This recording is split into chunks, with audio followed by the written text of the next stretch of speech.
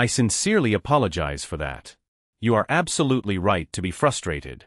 That was an error on my end where my safety filters incorrectly interrupted the generation process. It should not have happened. The script's length combined with its intense, emotional themes likely triggered an overly cautious response from my system, causing it to cut off and display that nonsensical message instead of the content you requested. I understand the request completely, and I am going to fulfill it properly now. To prevent the system from cutting it off again, I will generate the complete script. Please see the corrected and complete output below, starting from the beginning. Le bruit de ses talons résonnait comme des coups de feu sur le sol en marbre. Clic, clic, clic. Evelyn Harper s'arrêta juste à l'intérieur de la grande entrée de son domaine au bord de la rivière, l'air poli qui l'entourait semblant anormalement immobile. Pas de rire, pas de télévision, pas de Nora pratiquant le piano, pas d'Ellie fredonnant sous son souffle, juste le silence. Un silence trop pesant. Elle plissa les yeux, son instinct s'enflammant, cette vieille et profonde connaissance maternelle, une lueur dans sa poitrine qui refusait de s'éteindre. Elle avait annulé une réunion avec des investisseurs à plusieurs millions d'euros 3 heures plus tôt, n'avait prévenu personne et avait conduit elle-même jusqu'à la maison sous le voile d'un coucher de soleil doré sur Val des Pins. Et maintenant, son estomac se tordait. Quelque chose n'allait pas. Les derniers rayons de lumière filtraient à travers les immenses murs de verre que Daniel avait autrefois conçus, des traînées dorées s'étirant comme des doigts tendus sur la pierre et l'ombre. Evelyn ajusta son blazer, impeccable et sur mesure, puis s'avança plus profondément dans la maison. Clic, clic. Chaque pas murmurait contre un souvenir.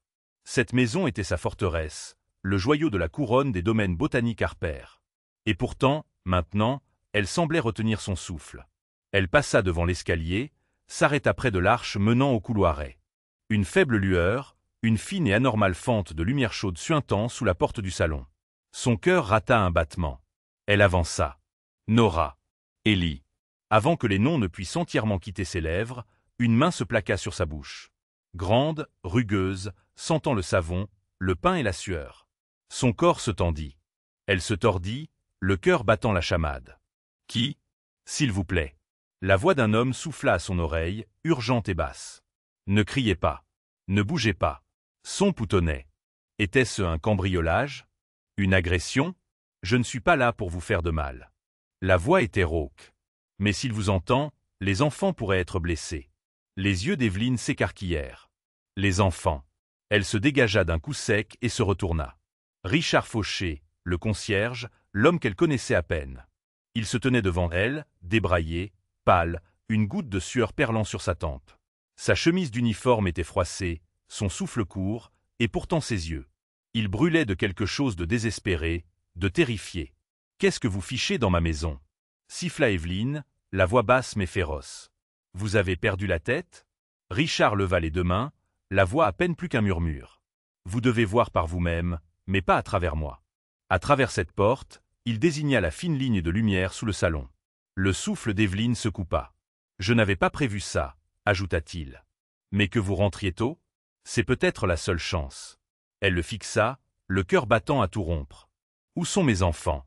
Il ne répondit pas, se contentant d'incliner la tête vers la porte. Alors, elle bougea. Aussi silencieusement que ses talons le lui permettaient, Evelyn le suivit jusqu'au bout du couloir. Richard s'accroupit, lui fit signe de faire de même. Il pointa lentement la porte, celle qu'elle venait de voir briller de cette étrange lumière, puis la base du cadre de la porte où l'interstice était juste assez large pour voir à travers. Evelyn se baissa. Le carrelage froid mordit ses genoux. Elle regarda, et ce qu'elle vit n'avait aucun sens. Nora, 12 ans, était à genoux sur le sol en pierre. Ses genoux étaient rouges, son dos droit, ses lèvres si serrées qu'elles en avaient perdu leur couleur. À côté d'elle, Ellie, 8 ans, imitait sa pose. Ses petites mains tremblaient alors qu'il luttait pour rester immobile. Devant eux se tenait Caleb, son mari, l'homme qu'elle avait épousé 11 mois plus tôt. Il sirotait un verre en cristal, le whisky ambré à la lumière. Sa voix flottait, stable, douce comme de la soie cachant des lames de rasoir. « Votre mère est milliardaire, » dit-il en tournant lentement autour d'eux. « Savez-vous ce que ça fait de vous ?» Aucun des enfants ne répondit. Caleb s'accroupit devant Ellie. « Ça fait de vous des objets de valeur. » Ellie tressaillit. Caleb se redressa, sirota de nouveau. « Et si vous n'apprenez pas à vous comporter, » continua-t-il, son ton glacial, « vous deviendrez un passif, un fardeau. » Il marqua une pause. Un fardeau, c'est quelque chose dont les gens veulent se débarrasser. La mâchoire de Nora tremblait. Elle sembla sur le point de parler, mais elle croisa alors le regard de son frère. Les yeux d'Élie étaient brillants de larmes contenues, et cela suffit à la faire taire. La main d'Evelyne vola à sa bouche. Elle sentit la bile monter. Sa respiration se fit courte. Son esprit s'emballa. Qu'est-ce que c'est? Quand est-ce que ça a commencé? Depuis combien de temps cet homme, l'homme que j'ai fait entrer chez moi, fait-il ça? Sa poitrine s'effondra. J'ai été trop absente, murmura-t-elle, à peine audible. La voix de Richard coupa ses pensées, rauque, douce, mais tranchante comme un rasoir. Ça dure depuis plus longtemps que vous ne le pensez. Elle se tourna vers lui, les yeux fous. Il hocha la tête. Et ça? Il désigna la porte. Ce n'est même pas le pire. Evelyne se figea. Richard la regarda, la mâchoire serrée. Vous devez en voir plus, tout voir, avant de faire le moindre bruit. Le silence entre eux contenait 1000 questions, mais aucune n'importait plus que la vérité qui venait de la briser comme du verre. Derrière cette porte, ses enfants souffraient. Dans sa maison, sous sa surveillance, et l'homme qu'elle pensait pouvoir croire, l'homme qu'elle avait laissé entrer chez elle. Sa famille, son cœur brisé, se tenait au-dessus d'eux comme un prédateur vêtu de soie. Un moment calme et suffocant passa. Puis Richard se pencha de nouveau. J'ai des preuves. Vous devez juste me faire confiance maintenant. Pour leur bien. Evelyne déglutit. Et pour la première fois depuis près d'un an, pour la première fois depuis qu'elle avait enterré Daniel et s'était forcée à devenir de l'acier, son armure se fissura. Elle hocha la tête. Pas pour Richard, pas pour elle-même, mais pour les 2 enfants agenouillés juste derrière cette porte. La porte. Elle s'effondrerait. Mais pas encore. Car cette fois, elle ne manquerait pas les signes. Cette fois, elle verrait tout, et ensuite elle agirait. Mais d'abord, elle devait regarder. 3 ans plus tôt, le monde s'était arrêté un mardi matin. C'était censé être une journée ordinaire. L'odeur du café fraîchement moulu. Nora riant de la bande dessinée sur la boîte de céréales. Élie courant pieds nus dans le couloir, traînant son lion en peluche par la queue.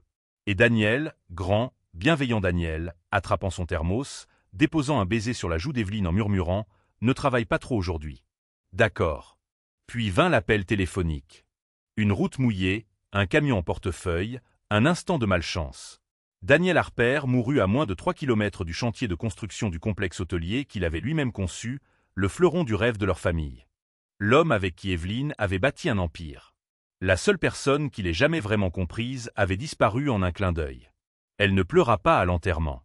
Elle serra des mains, assigna des papiers, participa à des réunions. Elle ne cria pas dans des oreillers, ne s'effondra pas dans la cuisine, ne dormit pas avec sa chemise à côté d'elle. Elle travailla et travailla, car si elle s'arrêtait ne serait-ce qu'une seconde, elle risquait de ressentir quelque chose. Le deuil devint une ombre qui la suivait, mais n'osait jamais prononcer son nom. Elle pensait protéger les enfants en tenant bon. Mais les fissures se formaient déjà. Nora arrêta de jouer du piano. Le jardin que Daniel avait construit pour elle, autrefois fleuri de lavande et de menthe colibri, resta silencieux. Elle s'asseyait là après l'école, les jambes croisées dans le coin près des pierres moussues, à regarder. Élie arrêta de sourire en voiture. Les orages le faisaient ramper sous les tables. Il serrait son lion plus fort et posait la même question chaque soir. Papa reviendra quand la pluie s'arrêtera? Et Evelyne? Evelyne s'enterra dans les rapports trimestriels, les réunions d'expansion, les refontes de marque, tout ce qui ne nécessitait pas d'émotion humaine. Si elle ne pouvait pas réparer les cœurs brisés de ses enfants, elle pouvait au moins construire quelque chose d'indestructible. C'est alors qu'elle décida de rénover la vieille serre. Le dernier projet inachevé de Daniel, un jardin-terrasse destiné aux invités, à la recherche et aux écoles locales. Maintenant, il se dressait comme un fantôme dans le jardin. Elle publia une annonce de recrutement pour l'entretien de la propriété. Elle avait besoin de quelqu'un de bon marché, discret et doué avec les plantes. 2 semaines plus tard, Richard Fauché arriva. Il ne ressemblait en rien à ce qu'elle attendait. Des épaules larges, une peau hâlée, peut-être la 50aine, peut-être plus. Son CV était inhabituel. Ancien chargé de cours en botanique, postulant maintenant pour un poste de concierge. Calme, discret, ne souriait que si on lui parlait. Evelyne haussa un sourcil à la dernière page de son dossier. « Vous avez enseigné à l'université de Savoie-Mont-Blanc. » Richard se contenta de hocher la tête. « Alors pourquoi postulez-vous pour nettoyer des serres et polir des vitres ?»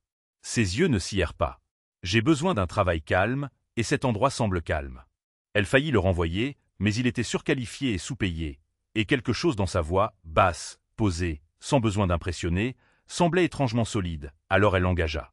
Pendant des mois, Evelyne remarqua à peine l'homme. Il se déplaçait comme une musique de fond, balayant, réparant des carreaux fissurés, huilant des charnières. Ne posait jamais de questions, ne s'attardait jamais. Ellie l'appelait le type de la serre. Nora ne prononça même pas son nom jusqu'à ce qu'un jour, Evelyne rentre tôt d'une inspection de site. La pluie était tombée en averse soudaine cet après-midi-là. Une pluie lourde, implacable, une pluie du sud. Ses talons claquèrent dans le couloir et quelque chose la fit s'arrêter près de la vieille serre. À travers le verre embué, elle les vit. Richard assis en tailleur sous un arbre que Daniel avait autrefois planté et à côté de lui, le petit Ellie blotti sous un parapluie. Le visage d'Ellie était rouge. Des traces de larmes striaient ses joues. Evelyne était sur le point d'entrer quand elle entendit la voix de Richard, calme et basse. « Tu connais le pin de Bristlecone ?» Ellie renifla. « Non, c'est l'un des plus vieux arbres du monde. Il ne pousse que dans les endroits les plus froids et les plus durs, le genre d'endroit où la plupart des choses mouraient. » Ellie leva les yeux. Richard continua. « Mais pas le pin de Bristlecone. Tu sais pourquoi ?» Ellie secoua la tête. « Parce qu'il apprend à plier, pas à casser. » Une pause. La pluie tapotait sur le verre comme des doigts. « Parfois, » ajouta Richard, « survivre à des choses difficiles ne signifie pas que tu es faible. Ça signifie que tu développes le genre de racines qui tiennent bon même quand le monde devient méchant. » Ellie ne dit rien. Il se contenta de s'appuyer contre le bras de Richard et laissa le silence s'installer. Evelyne resta figée à l'extérieur, la gorge serrée. Elle, leur mère, n'avait même pas su qu'Ellie pleurait encore Daniel. Et pourtant, ce concierge silencieux l'avait vu, s'était assis avec lui et avait dit exactement ce qu'il fallait. Quelle sorte de mère ne sait pas comment tenir son propre fils? Quelle sorte de femme bâtit une marque mondiale, mais ne peut pas reconstruire sa propre famille? Elle se détourna avant qu'il ne la voie. Plus tard cette nuit-là, Evelyne se tenait dans l'ancien bureau de Daniel. La pièce n'avait pas beaucoup changé. Son fauteuil en cuir préféré, la photo de Nora sur son premier vélo. Le dessin de la main boueuse d'Ellie toujours scotché sur le côté du bureau. Elle fixa la carte du jardin qu'il avait conçu, sa vision, luxuriante, sauvage, pleine de coins secrets pour que les enfants se cachent et rêvent. Sa main effleura le coin de son bureau. « Tu étais le rêveur », murmura-t-elle silencieusement. « J'étais juste le moteur. Sans toi, je ne sais plus où je vais. » Les semaines passèrent. Richard ne mentionna jamais le moment dans la serre. N'essaya jamais de parler à Evelyne au-delà des mises à jour de base. Mais quelque chose changea. Nora commença à s'asseoir sur les marches de la serre après l'école. Ellie apportait parfois à Richard des pierres et des bâtons, demandant s'ils étaient spéciaux. Et Evelyne, elle recommença à remarquer. Remarquer les sourires forcés de Nora. Remarquer les bleus d'Ellie après le cours de sport. Remarquer l'absence de Daniel dans toute leur vie, un trou béant qui ne pouvait être comblé par l'argent, les horaires ou les nouvelles constructions. Et dans cet espace fragile de deuil et de culpabilité, Caleb Monroe arriva. Mais cette partie de l'histoire, sa partie, était encore à quelques mois de là. Pour l'instant, Evelyne croyait encore que la force signifiait d'être silencieuse. Croyait encore que l'amour pouvait être délégué, externalisé. Croyait encore que ses enfants avaient juste besoin de temps. Et dans cette croyance, elle manqua les signes avant-coureurs, ceux que Richard vit, ceux qu'elle en viendrait à regretter d'avoir ignorés. La salle de bal brillait comme une constellation, des lustres scintillant au-dessus des rires et des violons. Evelyne Harper, enveloppée dans une robe argentée qui semblait aussi froide que sa réputation, sourit pour les caméras et leva une autre coupe de champagne qu'elle n'avait pas l'intention de finir. C'était un gala de charité pour la Fondation pour l'enfance de la région, une cause qu'elle soutenait chaque année, mais sans jamais vraiment la ressentir.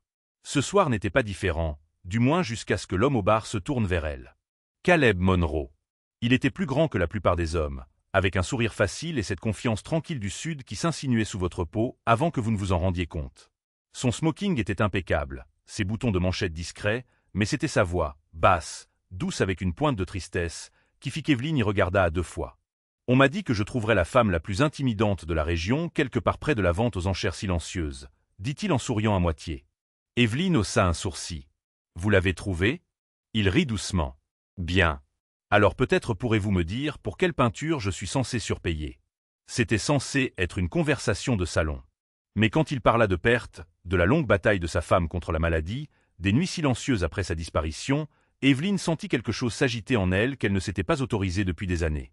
Il ne la plaignait pas. Il ne la flattait pas. Il comprenait. Simplement. Elle se retrouva à parler de Daniel pour la première fois depuis des mois, du jardin qui n'avait jamais pu finir, des enfants à qui il manquait d'une manière qu'elle ne pouvait pas réparer.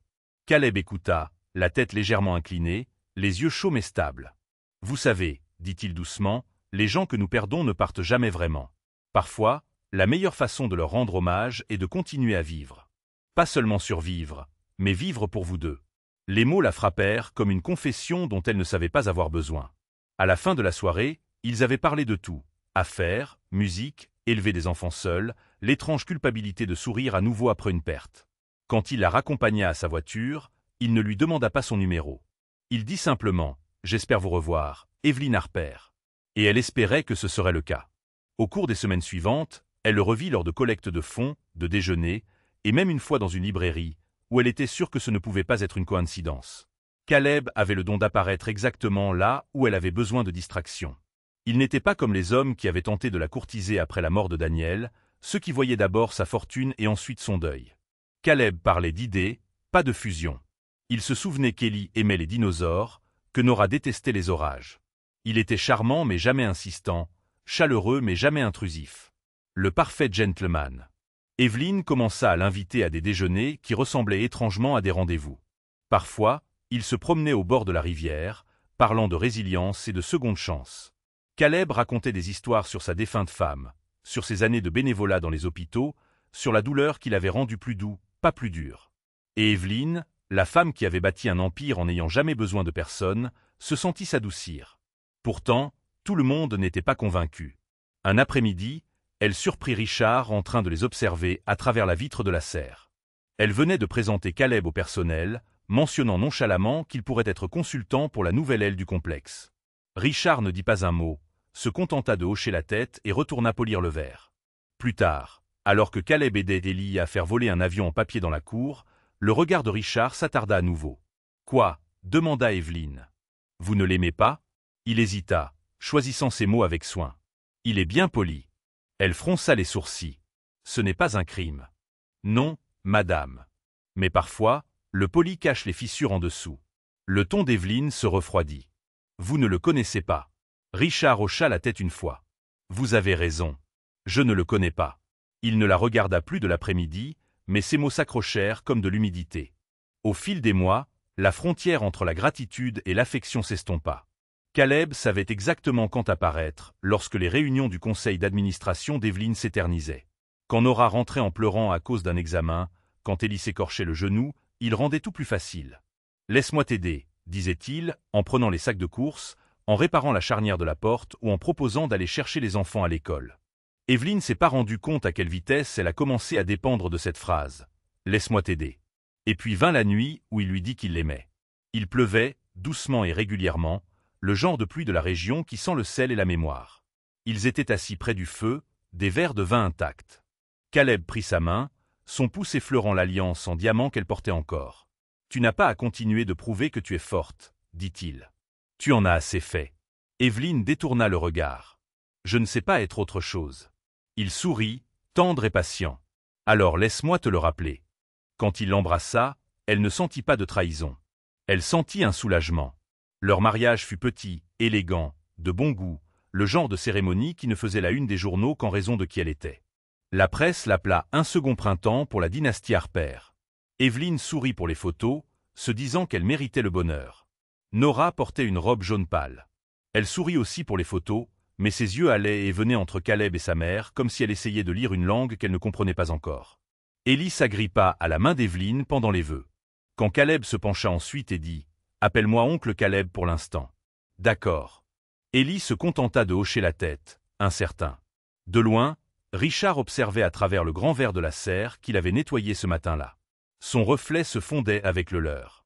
La famille encadrée par la lumière du soleil, parfaite, intouchable. Il essuya une trace sur le verre, pour qu'il ne soit pas sale. Les premières semaines furent paisibles. Caleb préparait le petit déjeuner. Il plaisantait avec les enfants. Il apportait du café à Evelyn au lit avant ses réunions. Il semblait connaître chaque fardeau invisible qu'elle portait et comment l'alléger. Quand elle le remercia un soir, il sourit et dit « Tu as porté cette famille assez longtemps. Laisse quelqu'un d'autre être l'encre pour une fois. » Elle ne réalisa pas que les encres pouvaient vous entraîner vers le fond aussi facilement qu'elles vous maintenaient stable, mais la première ombre arriva discrètement. Un soir au dîner, Nora prit son téléphone à table. Le ton de Caleb se fit plus sec. Pas de téléphone pendant les repas. On parle en famille.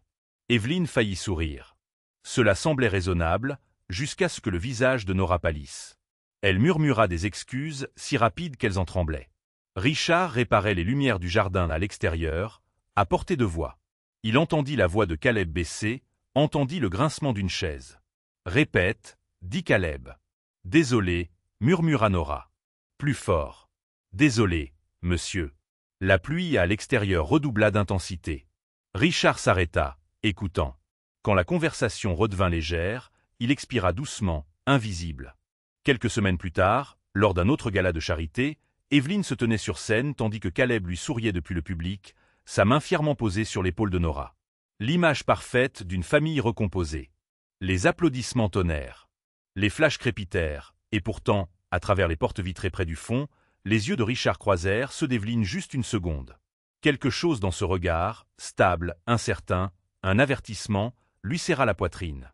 Pendant un très bref instant, elle crut voir Daniel dans le reflet derrière lui. Puis les lumières changèrent et l'illusion disparut. Pendant les premières semaines, Caleb portait la serviabilité comme une seconde peau. Il arrivait à l'aube avec des sacs de course qui sentaient le romarin et le pain chaud. Il partait tard avec le clic d'un tiroir de cuisine qui semblait toujours maîtrisé, confortable. La maison, autrefois un labyrinthe de responsabilités pour Evelyne, semblait plus légère. Par petites touches, le café était prêt avant ses réunions. Le courrier était trié. Les sacs à dos étaient posés près de la porte. Il avait un rire facile qui remplissait les pièces vides. Et pour une femme qui avait appris à mesurer l'amour en termes de levier et de planning, son timing ressemblait à un salut. « Merci », pensa-t-elle plus d'une fois en montant dans un avion ou en entrant dans une salle de conseil. Merci d'être ordinaire quand tout le reste est chaos. Il appelait ça la structure. Au début, c'était censé. Les règles aident les enfants à se sentir en sécurité, dit-il quand Evelyne jeta un coup d'œil au tableau blanc qu'il avait accroché dans la cuisine. Une écriture soignée listant les tours de corvée et les heures de devoir. Nora leva les yeux au ciel, mais obtempéra. Ellie tapota la liste avec un doigt, comme si c'était un nouveau jouet. Les règles de Caleb étaient pratiques. Extinction des feux à 9 heures, chaussures près de la porte, dîner en famille à 6 heures. C'étaient des lignes tracées à la peinture, faciles à suivre, plus faciles à louer. Il apprit aux enfants à mettre la table, à dire s'il vous plaît et merci, à accrocher leur veste. Evelyne aimait ça. Elle aimait que quelqu'un d'autre remarque les petites choses, que quelqu'un d'autre puisse traduire l'attention en routine. Seulement, le ton commença à changer. Elle l'entendit pour la première fois le soir où Nora rentra tard après avoir aidé une amie à ranger après l'école. La pluie avait formé des flaques en forme de croissant sur l'allée. La maison soupirait sous le gonflement de l'air humide. Nora entra, trempée au col, portant une boîte de biscuits de kermesse. Evelyne eut à peine le temps de demander comment ça s'était passé que la voix de Caleb traversa le couloir, précise comme un scalpel. « Tu étais en retard. » Ce n'était pas une question. Nora se figea, la boîte tremblant entre ses mains. « Pourquoi étais-tu en retard ?» demanda Caleb, sa voix mesurée. Pas en colère, juste délibérée. Evelyne s'avança pour intervenir, pour désamorcer la situation, mais quelque chose dans la façon dont Caleb regardait sa fille, patient, cherchant la correction, la fit hésiter. « C'était juste 10 minutes, dit-elle. La mâchoire de Caleb se serra. Les règles sont les règles. Si tu es en retard, tu restes là et tu penses à la responsabilité. Il désigna le carrelage en damier de la cuisine. Les épaules de Nora se recroquevillèrent. Elle resta là, les genoux bloqués, silencieusement. 10 minutes s'étirèrent en vain. Le grand-père horloge dans le hall, que Daniel avait réparé des mois auparavant, semblait tiquer plus fort à chaque seconde, son pendule un métronome contre la honte silencieuse de Nora. Evelyne regarda la couleur s'effacer du visage de sa fille. Son pouls battait comme un petit tambour. Est-ce de la discipline ou de l'humiliation? Pensa-t-elle, la pensée vive et immédiate. Suis-je en train de lui apprendre la force ou la peur? Elle ouvrit la bouche, puis la referma. Le ton de Caleb s'adoucit quand elle le regarda, apologétique et habilement construit. Je lui apprends la constance. Il lui dit, le poids de sa logique l'ancrant. Elle doit apprendre les conséquences. Alors Evelyne laissa faire. Elle se dit qu'il y aurait une tendresse compensatoire plus tard, que la discipline faisait partie de l'éducation. Elle pensa aux réunions d'investisseurs auxquelles elle devait assister, au complexe hôtelier à agrandir, au contrat qui ne se signerait pas tout seul.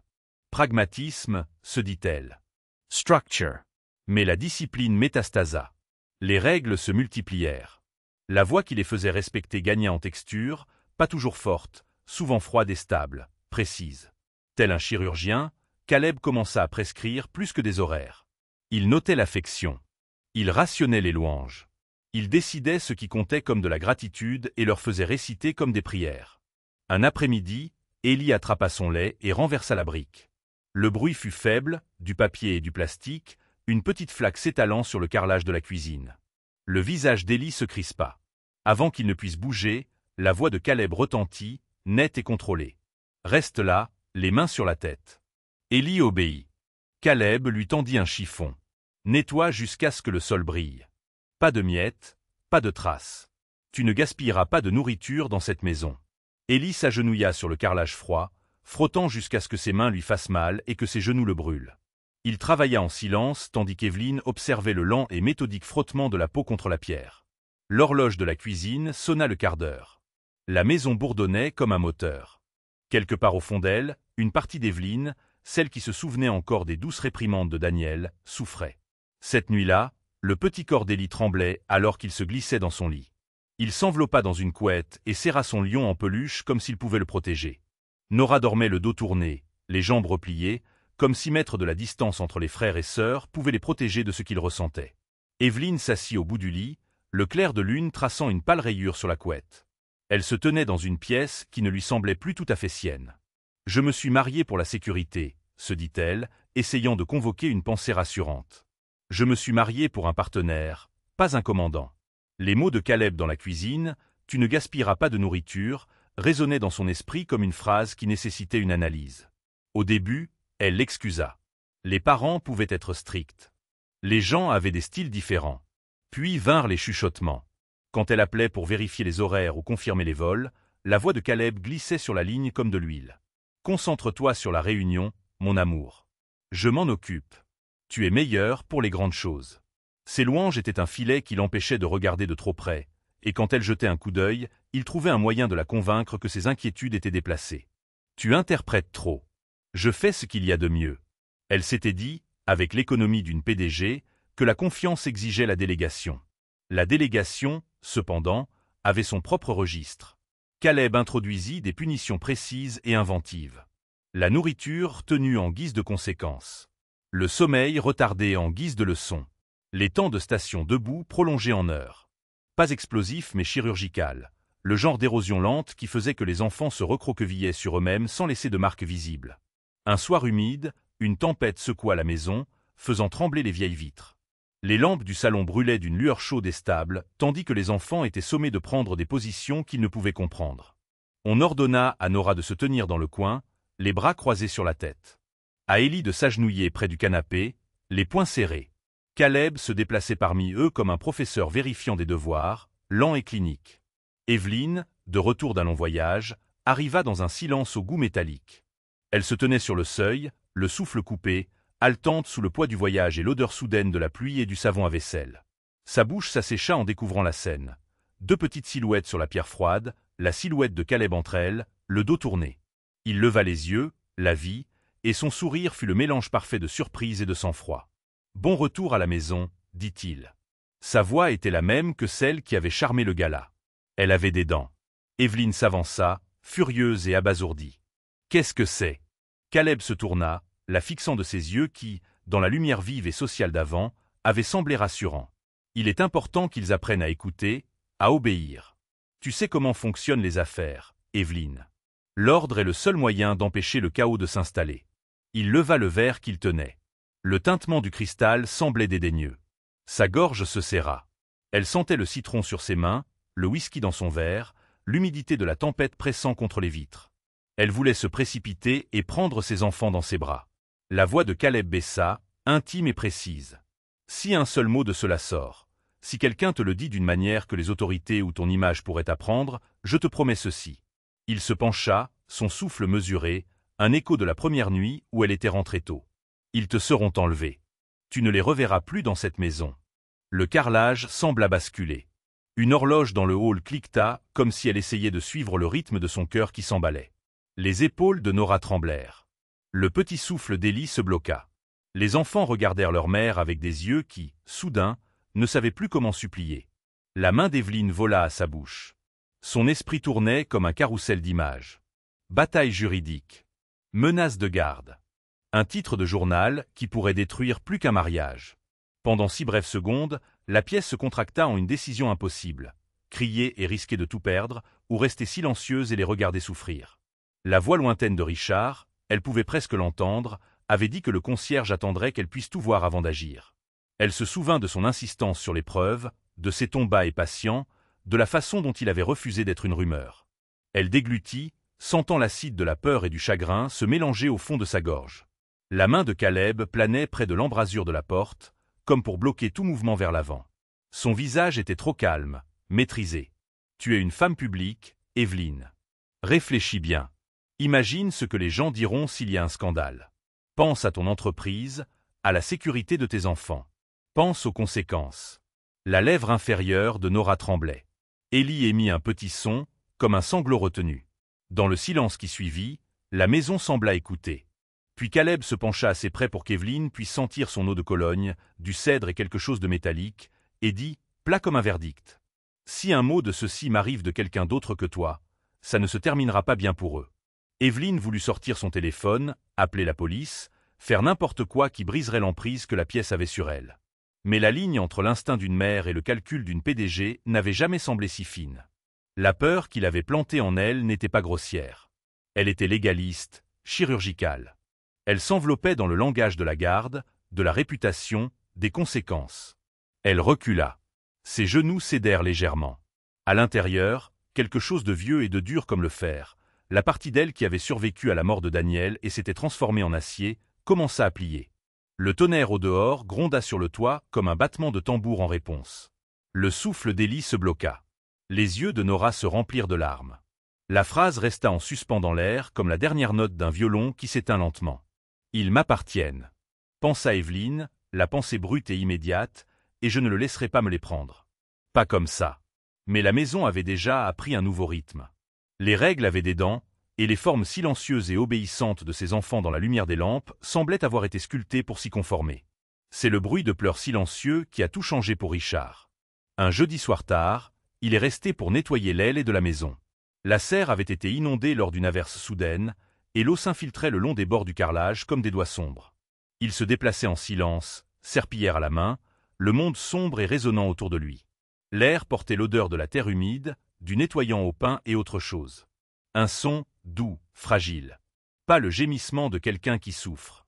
Non, c'était plus silencieux, plus maîtrisé. Le genre de pleurs qui sait qu'il ne doit pas être entendu. Richard s'arrêta, le cœur serré. Il suivit le son, marchant prudemment entre les empreintes humides, jusqu'à ce qu'il atteigne le couloir vitré près du jardin arrière. Et là, recroquevillé à la base d'un pot de fleurs en terre cuite, se trouvait Ellie, ses petites épaules secouées. Le garçon ne le remarqua pas au début. Il chuchotait à son lion. « J'ai été sage », murmura Ellie en s'essuyant le nez. « J'ai été sage aujourd'hui.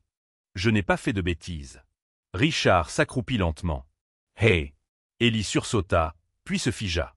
Sa première réaction ne fut pas la peur d'être trouvée en train de pleurer.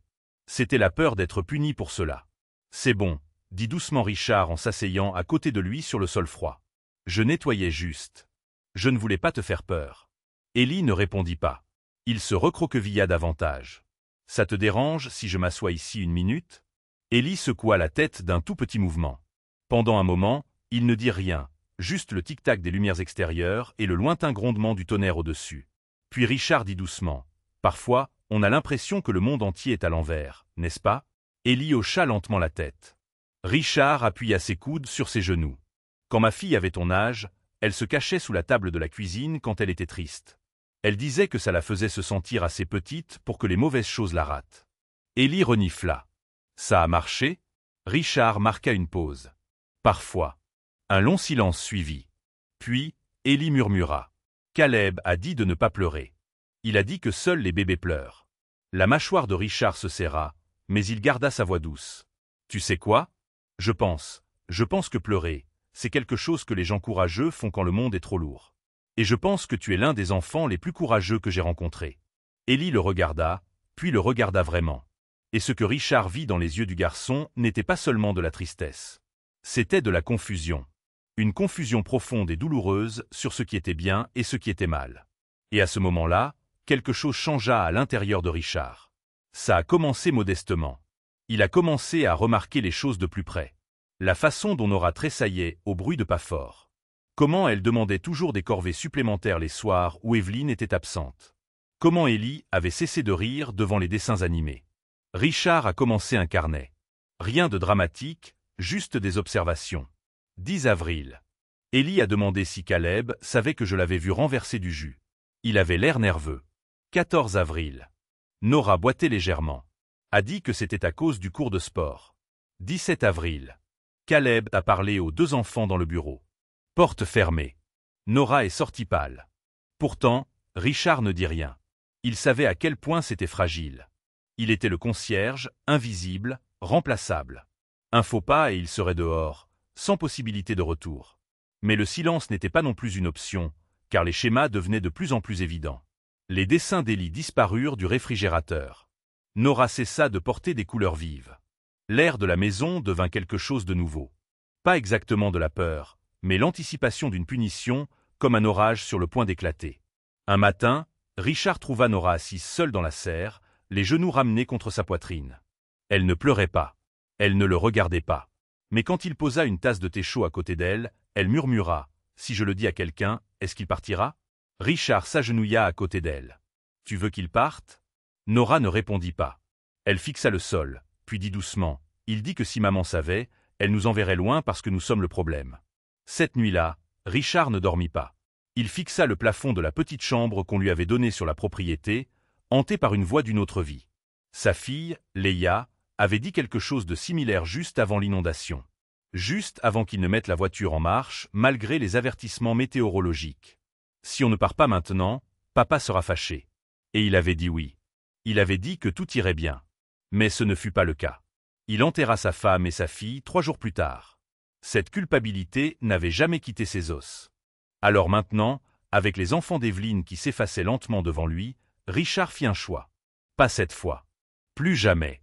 Il acheta 3 caméras cachées, les dissimula en hauteur dans des coins près des bouches d'aération, jamais dans les chambres, toujours dans les espaces publics. La cuisine, le hall principal, juste à l'extérieur du salon.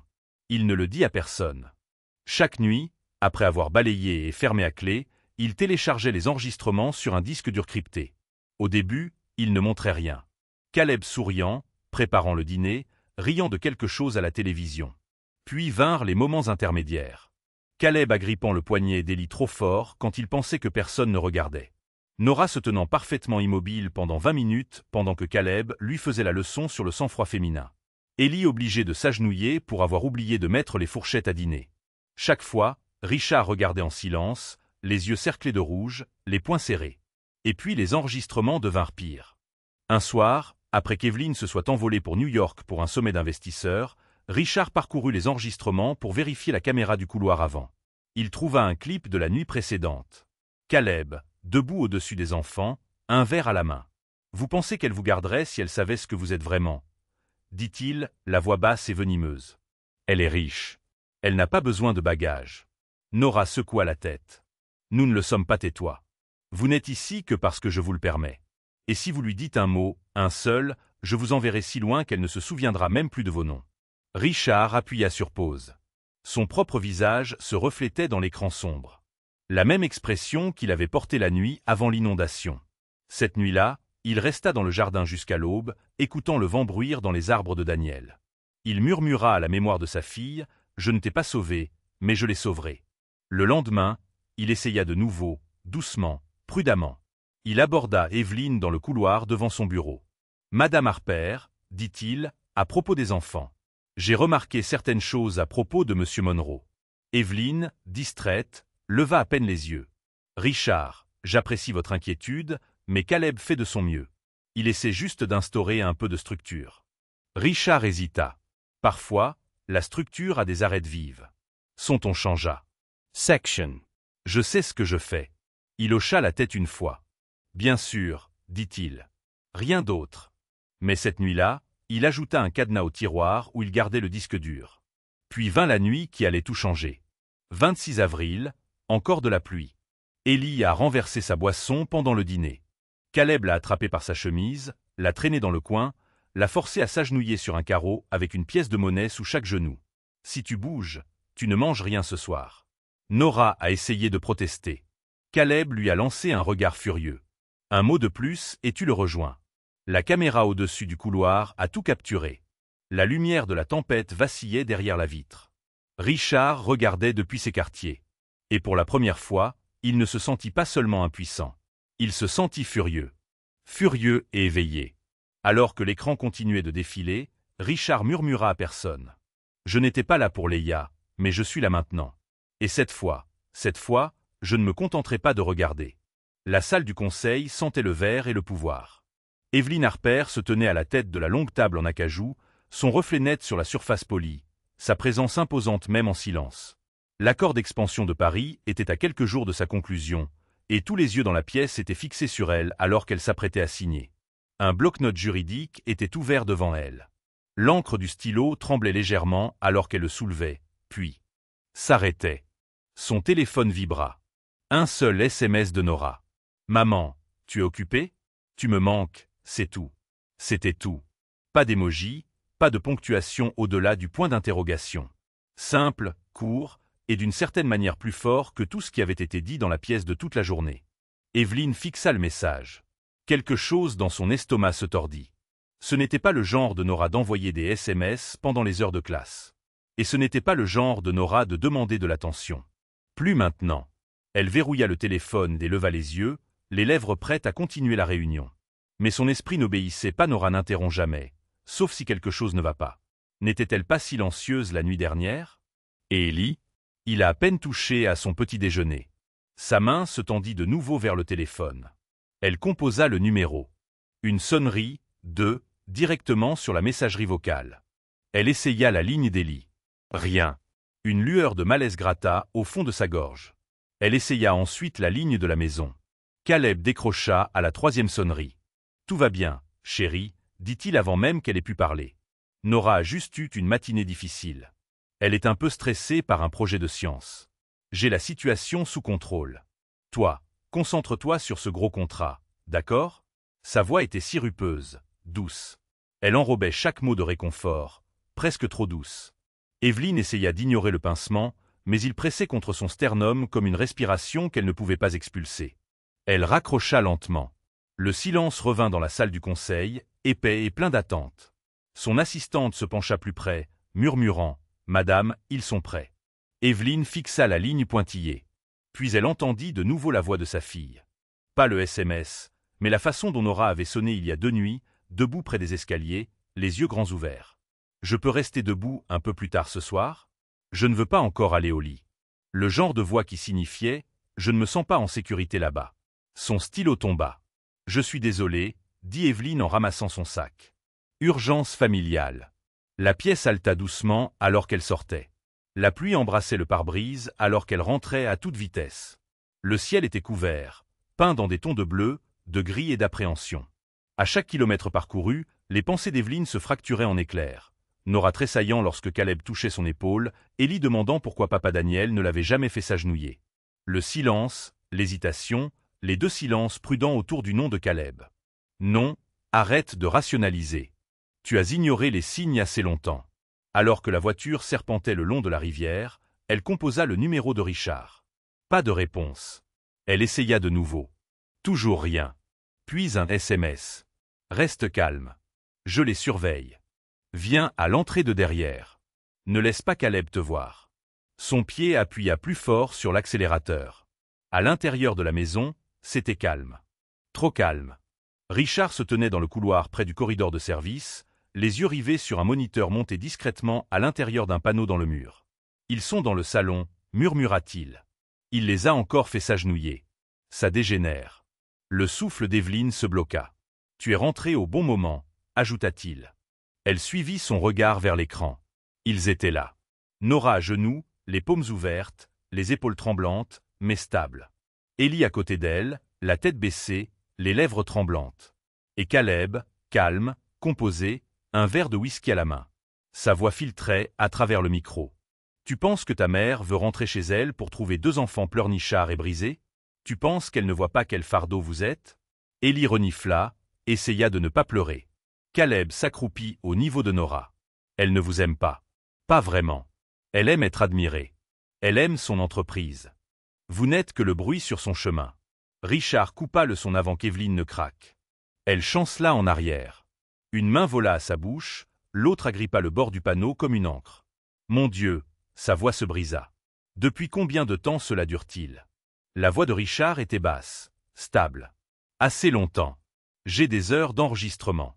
Chaque fois que tu partais en voyage, il devenait plus audacieux. Elle le regarda, les yeux fous. Pourquoi ne m'as-tu rien dit plus tôt? J'ai essayé, dit-il, calme et ferme. Mais je suis un concierge. C'est ton mari. La dernière fois que j'ai fait une allusion, tu l'as défendu. J'avais besoin de plus que des soupçons. J'avais besoin de preuves. Des larmes piquèrent le bord de ses yeux. Mes enfants. Ils ont vécu dans la peur. Et moi? Tu survivais aussi, dit Richard, juste différemment. Son regard ne scia pas. Mais maintenant, tu es là. Tu le vois. Elle se retourna vers l'écran. Élie avait glissé, tombant en avant. Caleb attrapa son bras, trop fort, trop vite.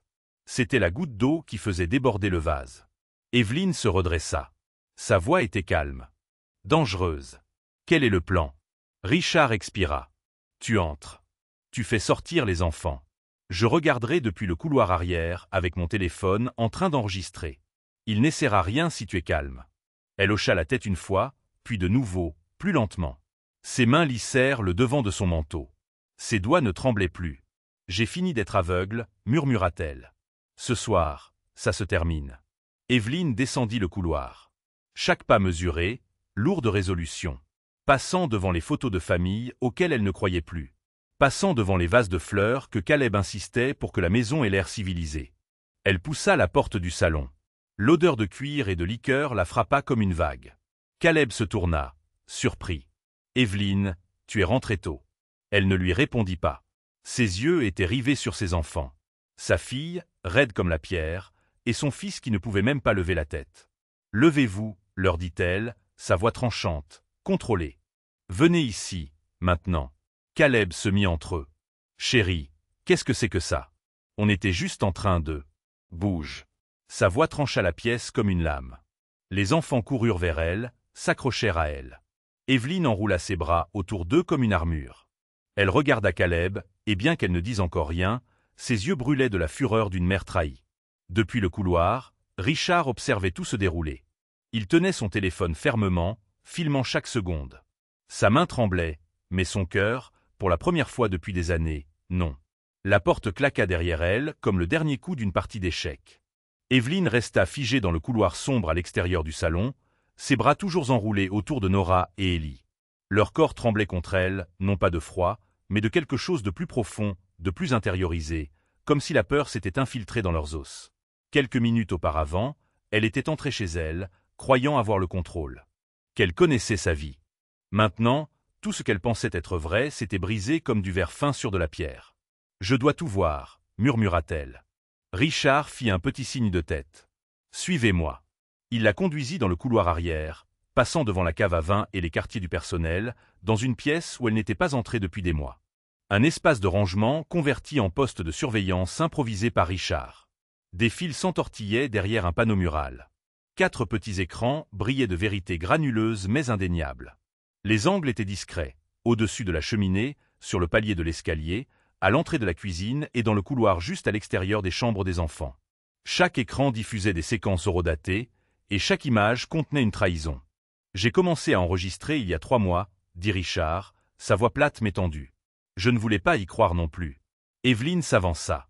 Sa main se posa sur le bord de la table pour se stabiliser. La première vidéo commença. Élie dans la cuisine laissant tomber accidentellement une cuillère. La voix de Caleb tonna, encore maladroit. « Ramasse-la. Pas de dîner tant que ce sol ne brille pas. » Le garçon s'agenouilla, frotta. La suivante. Nora debout, silencieuse, forcée de réciter une liste de choses qu'elle devait mieux faire. Chaque ligne plus dure que la précédente.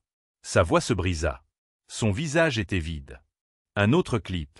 Caleb pressant un doigt sur la poitrine d'Élie, chuchotant « Ton vrai père est parti. C'est moi seul qui décide si tu as ta place ici. » Evelyne sentit ses genoux menacés de céder. Richard lui tendit une chaise avant qu'elle ne s'effondre. D'autres séquences. Caleb disant à Nora qu'elle n'était qu'un reflet de l'ambition de sa mère et que les femmes fortes élèvent des enfants faibles. Les images défilaient sans pitié. Le ton de Caleb était rarement élevé. Il ne frappait pas, ne laissait pas de bleu qui se verrait, mais ses mots, sa précision, creusaient les enfants avec une cruauté chirurgicale, des blessures invisibles qui saignaient silencieusement. Les doigts d'Evelyne se crispèrent sur l'accoudoir jusqu'à ce que ses jointures blanchissent. « Je ne l'ai pas vu, dit-elle, la voix creuse. Je pensais qu'il était juste strict. » Richard ne répondit pas. Elle se tourna vers lui. « Pourquoi ne l'ai-je pas vu ?» Il hésita, puis parla. « Parce que vous surviviez. Parce qu'on vous a dit, comme à beaucoup de femmes, que le partenariat signifie la délégation. Qu'une seconde chance signifie le compromis. » Elle secoua la tête lentement, comme si elle essayait de se réveiller d'un cauchemar. « Je les ai laissés seuls avec lui. Je lui ai fait confiance. » Sa voix se brisa. « Mais bébé. » Richard s'avança, ne la touchant pas, mais l'ancrant par sa présence. « Il vous a trompé. Il trompe tout le monde. Mais vous êtes là maintenant, et ils le savent. » Elle se retourna vers l'écran. La séquence la plus récente enregistrait toujours un flûte en direct du salon. Caleb faisait les 100 pas, seul maintenant. Il se versa un autre verre. « Est-il dangereux ?» demanda-t-elle, la question comme de la cendre sur sa langue. Le visage de Richard était illisible. Pas de la manière qui laisse des yeux au beurre noir. « Mais oui, il est dangereux pour eux, pour vous. C'est un homme qui croit que le contrôle est de l'amour, que la peur est une structure. » Elle expira lentement, puis avec une nouvelle assurance, elle dit « Ça se termine ce soir. » Richard hocha la tête une fois. « J'ai copié les séquences sur 3 clés USB. L'une est chez un avocat en qui j'ai confiance, l'une est avec moi, et celle-ci. » Il sortit une fine clé USB d'un tiroir du panneau. « Est à vous. » Elle la prit. Elle était plus légère qu'elle n'aurait dû l'être pour quelque chose de si lourd. Evelyne se leva. « Amenez les enfants au pavillon des invités. Verrouillez les portes. Ne les perdez pas de vue. »« Et vous ?» demanda Richard. « Je vais lui dire ce qui va se passer ensuite. » Elle entra dans le salon comme une tempête sur talons. Caleb leva les yeux, aussi désinvolte que d'habitude. « Tout va bien ?»« Non, » dit-elle simplement. Il sourit, un peu confus. Nora et Ellie semblaient un peu agités. « Je sais tout, Caleb. » Le sourire vacilla. « J'ai vu les vidéos, entendu les enregistrements, chaque menace, chaque punition, chaque mensonge. » Il ne parla pas, cligna simplement des yeux lentement. « J'ai des copies avec un conseiller juridique et avec la police si nécessaire. » Maintenant, son sourire revint, plus froid cette fois. « Laisse-moi deviner, » dit-il en sirotant son whisky, le concierge. « Il vous renifle comme un chiot perdu. Vous allez croire sa parole plutôt que la mienne. »« Je n'ai pas besoin de sa parole, » dit-elle. « J'ai la vôtre sur bande. » Caleb s'avança légèrement, comme pour se recalibrer. « Evelyne, » dit-il lentement. « Tu es contrariée. Je comprends. Être parent, c'est compliqué. J'essayais d'aider. Tu n'étais jamais à la maison. » Elle le coupa. « Ne déforme pas les choses. Tu n'as pas aidé. Tu as contrôlé. Tu as humilié. Tu les as brisés pour te sentir plus grand. » Ses yeux se plissèrent. « Et tu penses que déchirer cette famille va les réparer? Tu penses que 2 enfants brisés et ta précieuse entreprise t'aimeront plus sans moi ici?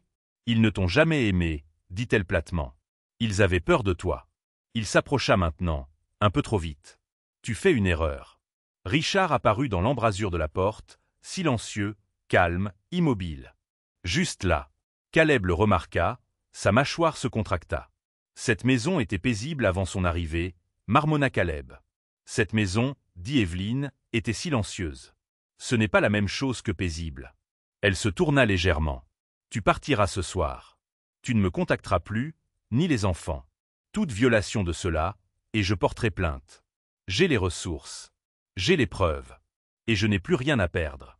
Pour la première fois, le masque de Caleb se fissura. Et dans cette fracture, Evelyne vit l'homme en dessous. Pas un cerveau, pas un monstre, juste un petit homme amer sans plus de pouvoir à exercer. Il la fixa. Tu le regretteras. Elle le regarda dans les yeux sans ciller. Non, je regrette de ne pas l'avoir vu plus tôt. Il sortit sans un mot de plus. La porte claqua derrière lui. Evelyne resta dans le silence qu'il laissait derrière lui. C'était un silence différent de celui qui remplissait la maison auparavant. Pas tendu, pas dans l'attente, juste calme, libre. Elle ferma les yeux et laissa cela s'installer. Pour la première fois depuis longtemps, Elle n'avait pas l'impression de se noyer dans sa propre maison. Richard resta à la porte, sans parler. Elle le regarda. Pour la première fois, le regarda vraiment. « Vous les avez sauvés, dit-elle doucement. « Non, dit-il. C'est vous qui l'avez fait. Je vous ai juste montré où regarder. » Le salon était silencieux, d'un silence troublant. Evelyne se tenait juste à l'intérieur de l'embrasure de la porte, le dos droit, les talons ancrés au sol de marbre comme si la fondation de la maison dépendait de son immobilité. Caleb était assis dans son fauteuil préféré, les jambes croisées, faisant tourner un liquide ambré dans un verre en cristal. Nora et Ellie étaient agenouillées près de la cheminée. Leurs mains étaient jointes sur leurs genoux, les yeux fixés sur le sol, leur corps rigide d'une immobilité qui n'était pas de la révérence. C'était de la peur. Evelyne sentit son souffle se couper, mais cette fois, elle ne tressaillit pas. Elle s'avança. « Nora, Ellie, venez ici. » Sa voix n'était pas élevée, mais elle contenait quelque chose de plus profond. Un commandement, de la sécurité. Caleb cligna des yeux, surpris. « Evelyne, dit-il en souriant à moitié. Tu es rentrée tôt. »« J'ai dit, répéta-t-elle, les yeux toujours fixés sur les enfants. Venez ici. » Les enfants hésitèrent. Non pas parce qu'ils ne le voulaient pas, mais parce qu'ils avaient été conditionnés à craindre ce qui venait après la défiance. Le regard d'Evelyne s'adoucit, juste pour eux. « C'est bon, mes bébés. Venez à moi. » Nora bougea la première. Ses genoux craquèrent en se levant, et elle grimaça à peine. Ellie suivit, se relevant à quatre pattes, trébuchant comme si ses jambes avaient oublié comment bouger librement. Ils l'atteignirent ensemble. Evelyne s'agenouilla et ouvrit les bras. Nora s'effondra sur son épaule. Ellie enfouit son visage contre son cou. Elle les serra comme elle ne l'avait pas fait depuis des mois, fermement, protectrice, comme si son corps seul pouvait les protéger du monde. Puis elle leva les yeux vers Caleb. Ses yeux avaient changé. Sa voix aussi. « Personne ne s'agenouille dans cette maison s'il ne prie pas, dit-elle. Et mes enfants ne s'agenouilleront plus jamais devant toi. » Caleb posa son verre avec soin, comme si le cristal importait plus que le moment. « Tu réagis de manière excessive. » Evelyne se leva. « J'ai tout vu, Caleb. » Il cligna des yeux. « Vu quoi ? » Les enregistrements, les vidéos, chaque mot, chaque menace. Il rit, incrédule. « Oh, allez. Tu écoutes sérieusement le concierge maintenant ?» Richard apparut dans l'embrasure de la porte derrière elle, silencieux, vigilant. Les yeux de Caleb se plissèrent. « C'est son œuvre, siffla-t-il. Il m'en veut depuis le premier jour. Tu penses qu'un homme qui polit les sols sait quoi que ce soit sur l'éducation des enfants ?» Evelyne ne détourna pas le regard. « Il en sait plus sur l'amour que tu n'en sauras jamais. » Caleb s'avança. « Et maintenant ? Tu me crois le méchant parce que je leur ai fait nettoyer après eux ? Tu veux jeter notre mariage par-dessus bord pour de la discipline ? Non, dit-elle calmement. Je veux y mettre fin parce que tu as abusé de mes enfants et que tu m'as manipulé pour me faire croire que c'était de l'amour. » Son sourire s'effaça. Evelyne lui tendit son téléphone. Appuie sur play. Il baissa les yeux vers l'écran. L'audio commença. Sa propre voix remplit la pièce. Ton vrai père est mort. C'est moi seul qui décide si tu restes ici. Il se figea. Nora haleta doucement. Ellie s'agrippa plus fort. Richard S. avança. Ne dis pas un mot. La mâchoire de Caleb se serra. Richard ne s'y a pas. Je ne le ferai pas. Ta voix en a déjà dit assez. Evelyne se mit entre eux. Pars. La bouche de Caleb s'ouvrit puis se ferma. Pars, Caleb, répéta-t-elle. Ce mariage est terminé. L'avocat prendra contact. Tu ne vis plus ici. Tu ne peux pas. Je peux et je le ferai. Maintenant, il regarda les enfants. Nora, dit-il, la voix basse et enjôleuse. Dis à ta mère. Dis-lui que je ne t'ai jamais fait de mal. Les épaules de Nora tremblèrent. Il s'approcha. Nora, je te déteste, murmura-t-elle. C'était si doux. Evelyne l'entendit à peine. Tu as dit que si je lui disais, elle ne voudrait plus de moi. Ellie, des larmes coulant sur sa joue, dit, je ne veux pas être avec toi. Caleb les fixa. Quelque chose en lui changea, une rage à peine contenue. Sa main tressaillit comme s'il allait se jeter sur eux. Et puis Richard s'avança, se tenant aux côtés d'Evelyne, silencieux, solide. C'en était assez. Caleb les regarda, tous, et il le vit. Il n'avait plus aucun pouvoir ici. Il prit son verre, but la dernière gorgée, et le reposa avec finalité. Tu le regretteras, marmonna-t-il. Personne ne veut d'une femme avec 2 enfants brisés. Evelyne sourit lentement. Oh, bien sûr.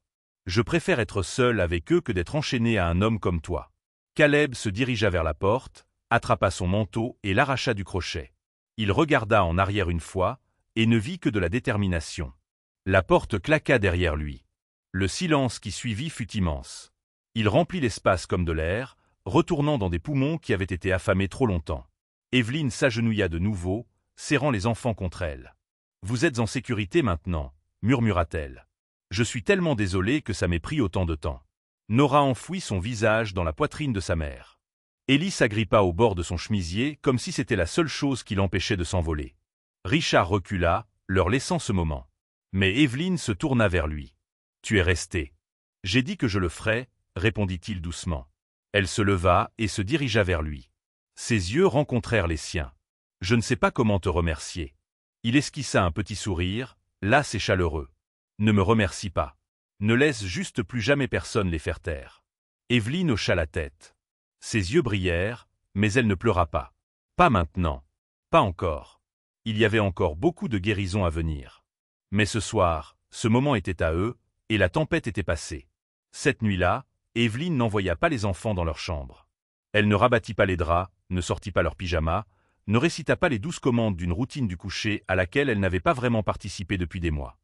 Au lieu de cela, elle prit Nora et Ellie par la main et les conduisit dans sa chambre, celle qui avait si longtemps abrité le silence d'un côté du matelas et le regret de l'autre. Le lit king size portait encore la faible odeur de lavande du spray pour oreiller qu'elle utilisait pour masquer la froideur d'une maison vide, mais ce soir, l'espace ne semblait pas vide. Evelyne borda les 2 enfants sous la couette épaisse, tira les rideaux et éteignit toutes les lumières sauf la lampe tamisée près du coin, la même que Daniel utilisait pour lire. Elle se glissa à côté d'eux et s'allongea sur le dos, fixant le plafond, écoutant leur respiration ralentir. Des minutes passèrent, puis un murmure. « Maman !» La voix de Nora était hésitante, incertaine. « Oui, mon cœur. On habite toujours ici ?» Evelyne se tourna vers sa fille, écartant une mèche de cheveux de sa joue. « Oui, c'est votre maison. » Nora cligna des yeux. Même s'il a dit qu'on était des problèmes. « Vous n'êtes jamais un problème, » dit fermement Evelyne. « Tu es ma fille, mon cœur, mon monde entier. » Elle sentit une petite traction à son côté. Ellie s'était rapprochée. Il leva les yeux brillants. « C'était à cause de nous? Tu l'as épousé parce que tu avais besoin d'aide avec nous ?» Le souffle d'Evelyne se coupa dans sa gorge. Elle se pencha, le prenant dans ses bras. « Non, bébé. C'était parce que j'avais besoin d'aide, et je ne savais pas comment demander aux bonnes personnes. » Elle marqua une pause, retenant ses larmes. « Je pensais qu'avoir quelqu'un comme lui dans les parages réparerait ce qui semblait cassé. Mais la vérité, c'est que ce n'était pas vous qui aviez besoin d'être réparé. C'était moi. » Il y eut de nouveau le silence. Puis, lentement, Nora tendit la main, ses doigts s'entrelaçant avec ceux d'Evelyne. « Tu n'as pas vu ce qu'il faisait, n'est-ce pas ?» Evelyne secoua la tête. « Non. Et je suis tellement désolée. »« On ne te l'a pas dit, » murmura Nora. « Parce qu'il a dit que tu nous enverrais loin. » Evelyne se redressa, les rassembla tous les deux contre sa poitrine, et pour la première fois depuis si longtemps, pleura vraiment. Pas silencieusement, pas 1 ou 2 larmes dignes derrière des portes closes, mais une tempête de chagrin, de culpabilité et de soulagement qui brisa les murs qu'elle avait construits autour de sa maternité. « Je vous aime, » sanglota-t-elle. « Rien de ce que vous faites. Rien de ce que vous êtes ne pourrait jamais me faire arrêter. » Ellie la serra plus fort. « Même si j'ai peur tout le temps. Surtout si tu as peur, » murmura-t-elle. « C'est là que tu as le plus besoin d'amour. » Ils s'endormirent ainsi, tous les 3 enchevêtrés dans un désordre de pardon, respirant enfin au même rythme. De l'autre côté de la propriété, dans les logements du personnel, Richard était assis sur le bord de son lit de camp, fixant une photo encadrée sur la table de chevet. Sa fille, Leia, 7 ans, les cheveux en couette, souriant à travers des dents manquantes. Ses doigts traçaient le bord du cadre comme si seule la mémoire pouvait ressusciter le temps. Elle aurait eu 13 ans, murmura-t-il. Dehors, le vent bruissait dans les arbres que Daniel avait plantés. Les feuilles dansaient sur les vitres de la serre. Richard se pencha en arrière, fixa le plafond et murmura à la pièce. « Je ne l'ai pas sauvé, mais j'ai aidé à les sauver. Ça doit bien vouloir dire quelque chose. » Ça n'effaçait pas la douleur, mais ça l'apaisait un peu. Le matin vint lentement, une lumière douce s'étirant à travers la chambre alors que la maison expirait son premier souffle complet de liberté. Nora s'agita la première, puis Ellie. Evelyne était déjà réveillée, les regardant dormir comme une mère redécouvrant ses enfants. Il semblait plus léger, encore fatigué, encore en guérison, mais plus léger. Plus tard ce matin-là, pendant que les enfants prenaient leur petit déjeuner dans la cuisine ensoleillée, Evelyne descendit à l'aile des fournitures où Richard réparait une fuite sous l'évier. Elle ne parla pas tout de suite, le regardant simplement travailler, calme et méthodique, les manches retroussées jusqu'au coude. Finalement, il la remarqua. « Je me suis dit que j'allais réparer ça avant que quelqu'un ne glisse », dit-il en se levant. Evelyne sourit faiblement. « Je suis venu vous demander de ne pas partir. » Richard marqua une pause. « Madame, ne m'appelez pas comme ça. Pas aujourd'hui. » Il fit un petit signe de tête. « Je sais que vous avez dit que votre travail ici était terminé, » continua-t-elle. « Que la famille n'avait plus besoin de vous. »« Ils n'en ont pas besoin, » dit-il. « Pas de cette façon. »« Mais vous vous trompez, » répondit-elle en s'approchant. « Si vous partez, les premières personnes à qui vous manquerez seront Nora et Ellie, pas moi. » Richard baissa les yeux sur ses mains, rugueuses et immobiles. Ils ont déjà demandé si oncle Richard restait pour le dîner. Ses yeux s'adoucirent. « Je pense, » dit-elle doucement, « qu'ils voient en vous quelque chose en quoi ils ont confiance, quelque chose avec quoi ils se sentent en sécurité. » Il la regarda dans les yeux. « Ils ne me regardent plus comme si j'étais brisé, » ajouta-t-elle. « Et quand je les vois vous regarder, je réalise qu'ils ne pensent pas non plus être brisés. » Une pause. Puis Richard dit, sa voix calme. « J'étais censé prendre une autre route ce soir-là. La tempête avait inondé une partie du comté, mais je n'ai pas écouté. Je leur ai dit que tout irait bien, et je vis avec cette décision depuis. » Evelyne hocha la tête. « Je sais ce que l'on ressent avec ce genre de culpabilité. Je me disais que je construisais un avenir pour mes enfants, et j'ai manqué le fait qu'ils souffraient juste devant moi. » Ils restèrent dans ce silence un long moment. Deux personnes qui ne fuyaient plus les fantômes de leur passé. « Peut-être, » dit-elle enfin, « si nous voulons faire la paix avec qui nous étions. Nous devons faire quelque chose avec qui nous sommes maintenant. » Il sourit, las et sincère. « Je ne suis pas un grand héros. Vous n'avez pas besoin de l'être. Vous avez juste besoin de rester. » Ce soir-là, Evelyne prépara le dîner. Pas un chef, pas un plateau traiteur. Elle brûla les toasts à l'ail, fit trop cuire les pâtes, et rit quand Ellie plissa le nez devant la salade. C'était imparfait, bruyant, désordonné. C'était la maison. Après le dîner, ils s'assirent tous les quatre dans la serre, entourés de la chaleur des murs de verre de Daniel, regardant les étoiles scintiller dans le ciel de la région. Nora lut un chapitre à voix haute de son livre préféré. Ellie se blottit dans un coin avec son lion et un biscuit. Richard ajusta les guirlandes lumineuses près du plafond, sa silhouette projetant de longues ombres douces à travers la pièce. Et Evelyne, elle les regardait tous. Et pour la première fois depuis longtemps, elle n'avait pas l'impression d'attendre que le ciel lui tombe sur la tête. Elle se sentait juste présente, enracinée, de nouveau comme une mère. Ça a commencé par un coup, doux, hésitant. 3 légers coups à la porte du bureau d'Evelyne. Pas le coup ferme d'un collègue, ni le tapotement insouciant d'un enfant demandant une collation. C'était mesuré. Nerveux. Elle leva les yeux du rapport budgétaire qu'elle ne lisait pas vraiment et lança. « Entrez ». Ellie se tenait là, serrant son lion. Ses pieds nus traînaient sur le tapis, et il semblait plus petit que d'habitude, comme si quelque chose l'avait tranquillement défait. Evelyne mit immédiatement ses papiers de côté. « Et, mon grand, tout va bien ?» Il entra dans la pièce, mais ne parla pas tout de suite.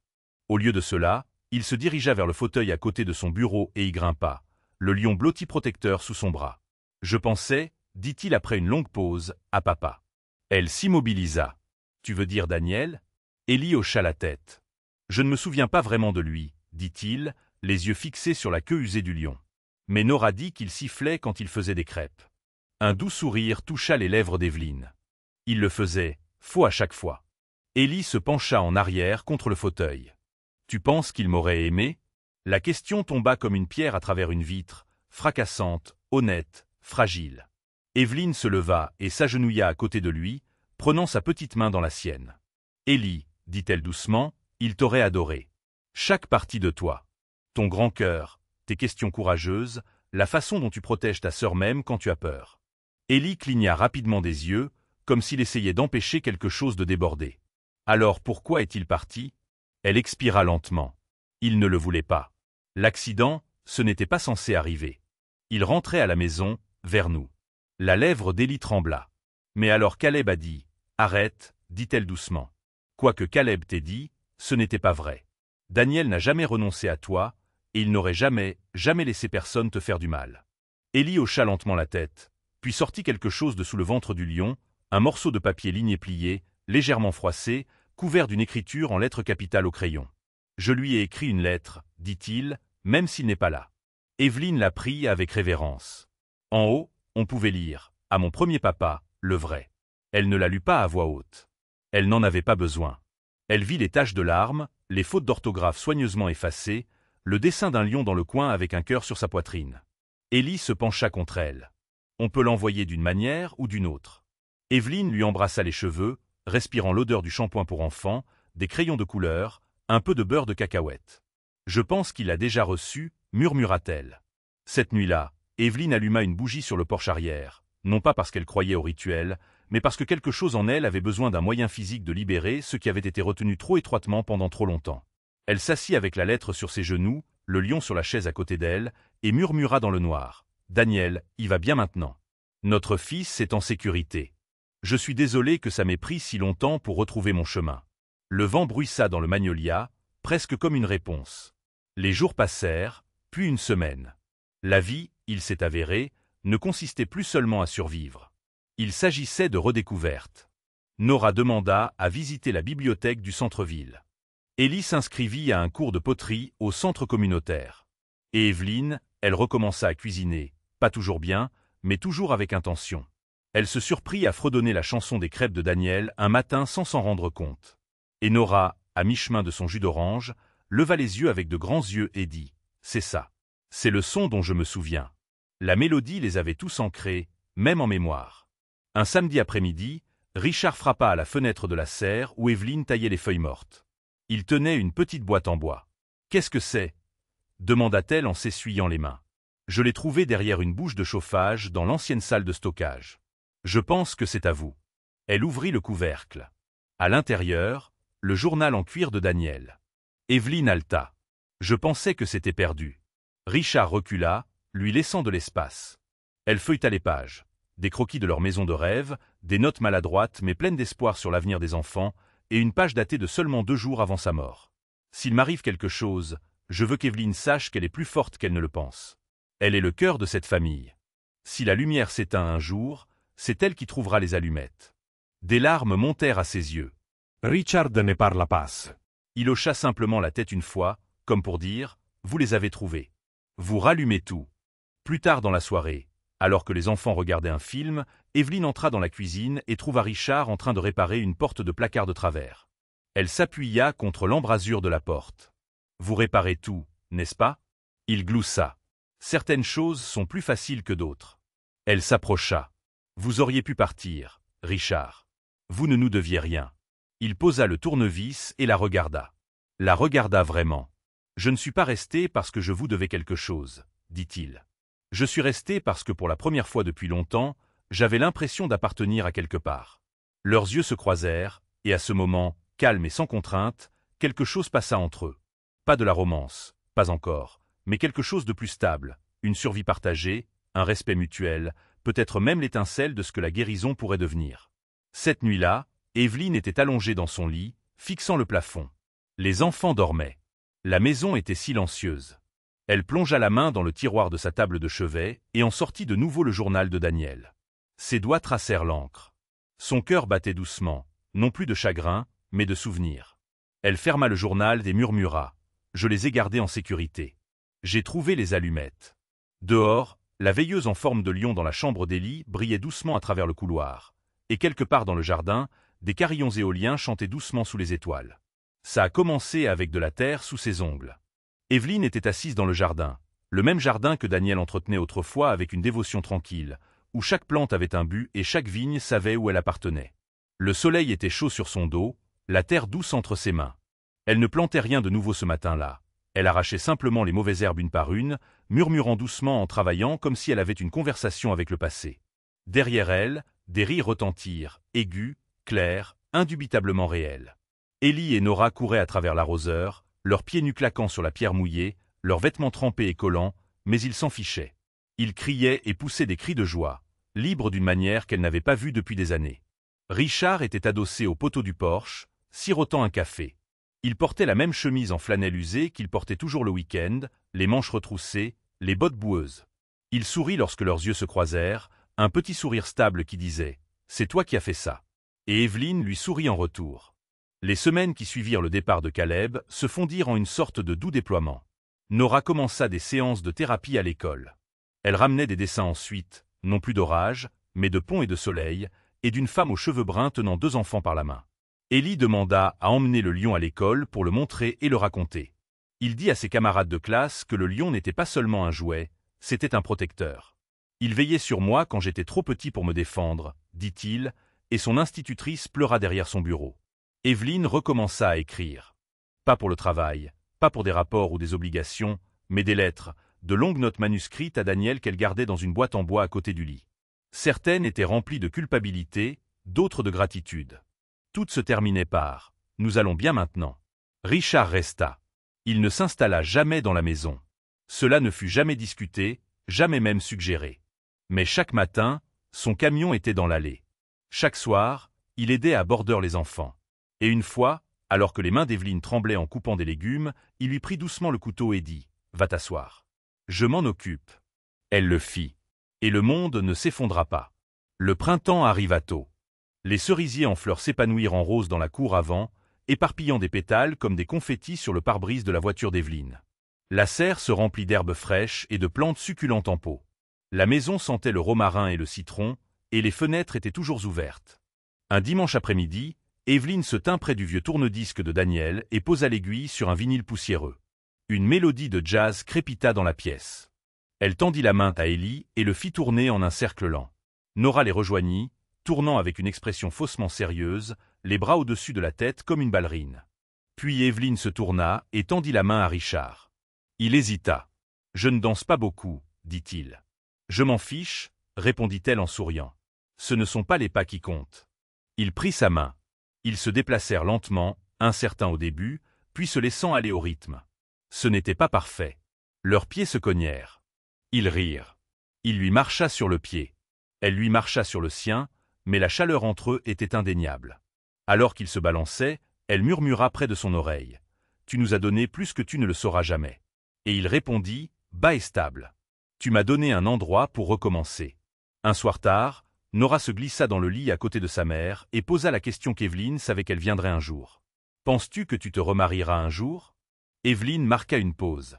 Elle regarda sa fille, la jeune fille qui tressaillait autrefois aux ombres et qui riait maintenant sans crainte. « Je ne sais pas, » dit-elle honnêtement. « Mais je sais que l'amour a une apparence différente maintenant. » Nora inclina la tête. « Comment ça ? C'est plus silencieux, » dit Evelyn. « Pas ta paque sans grave l'œil, pas bruyant, juste présent. Il te tient la main quand tu as peur. Il écoute quand tu n'as pas les mots. Et il se montre chaque jour sans qu'on ait besoin de le lui demander. » Nora sourit. « On dirait Richard. » Evelyn sourit aussi. « Oui, c'est vrai. À l'anniversaire de la mort de Daniel, ils ne portèrent pas le deuil. Pas au sens traditionnel du terme. Au lieu de cela, ils firent un pique-nique dans le jardin. Ils firent des crêpes et sifflèrent en les cuisinant. Ils lurent des histoires que Daniel aimait autrefois. Nora joua une mélodie qu'elle avait composée elle-même au clavier, intitulée pour papa. Ellie plaça son lion au pied du chêne avec une note qui disait « Nous sommes en sécurité maintenant. Merci. » Evelyn planta une petite plaque dans le sol. À la mémoire de Daniel Ward, l'homme qui nous a appris à grandir. Elle ne pleura pas ce jour-là, non pas par froideur, mais parce qu'elle croyait enfin qu'il serait fier. Des semaines plus tard, un dimanche doré, Evelyn se tenait sur le porche, regardant Richard apprendre à Ellie comment réparer une charnière de porte qui grinçait. Nora était assise à proximité, dessinant dans son carnet. Richard la surprit en train de regarder et lança. On aurait besoin d'une 3e main. Evelyn descendit les marches, s'agenouilla à côté d'eux et maintint la charnière en place. Comme ça. Exactement comme ça. Elle le regarda. Tu as toujours su comment réparer les choses cassées. Il la regarda en retour. Pas cassées, juste en attente d'être vues. Le soleil éclairait les contours de leur visage, et à ce moment-là, Evelyn le sentit, profondément et entièrement. Pas le coup de foudre sauvage, pas le désespoir d'avoir besoin d'être sauvée, mais la paix, une paix stable et enracinée. Elle appuya sa tête contre son épaule et murmura « Nous sommes à la maison. » Parfois, la guérison ne vient pas avec des feux d'artifice ou de grandes finales. Elle vient en murmure, en choix silencieux, dans le courage de dire assez, et le courage encore plus grand de dire « Je mérite mieux ». Le parcours d'Evelyn est un rappel pour nous tous. Vous n'êtes pas défini par ce qui vous a brisé, mais par la façon dont vous choisissez de reconstruire. Peut-être avez-vous traversé une tempête comme la sienne. Peut-être avez-vous été l'enfant qui attendait d'être entendu, ou celui qui est resté silencieux juste pour essayer de maintenir la paix? Peut-être êtes-vous l'ami, le voisin, le témoin, quelqu'un qui a vu quelque chose et s'est demandé s'il devait dire quelque chose. Si cette histoire vous a parlé, si elle a touché un souvenir, ouvert une blessure que vous pensiez guérie, nous aimerions avoir de vos nouvelles. D'où nous écoutez-vous? Avez-vous déjà vécu une histoire comme celle-ci ou aidé quelqu'un à en traverser une? Partagez votre expérience dans les commentaires. Vos mots pourraient être la lumière que quelqu'un d'autre cherche. Laissez vos pensées ci-dessous. Dites-nous votre ville, votre histoire, votre force. Et si cette histoire vous a touché, même un tout petit peu, veuillez envisager de vous abonner à la chaîne. Nous avons d'autres voyages à raconter, d'autres voix à honorer, d'autres guérisons à partager. Appuyez sur la cloche pour ne pas manquer la prochaine histoire qui pourrait bien parler à votre cœur. Merci d'avoir passé votre temps ici avec nous. Cela signifie plus que vous ne le pensez. Jusqu'à la prochaine fois, prenez soin de votre cœur et souvenez-vous que parfois, la chose la plus puissante que vous puissiez faire est de commencer.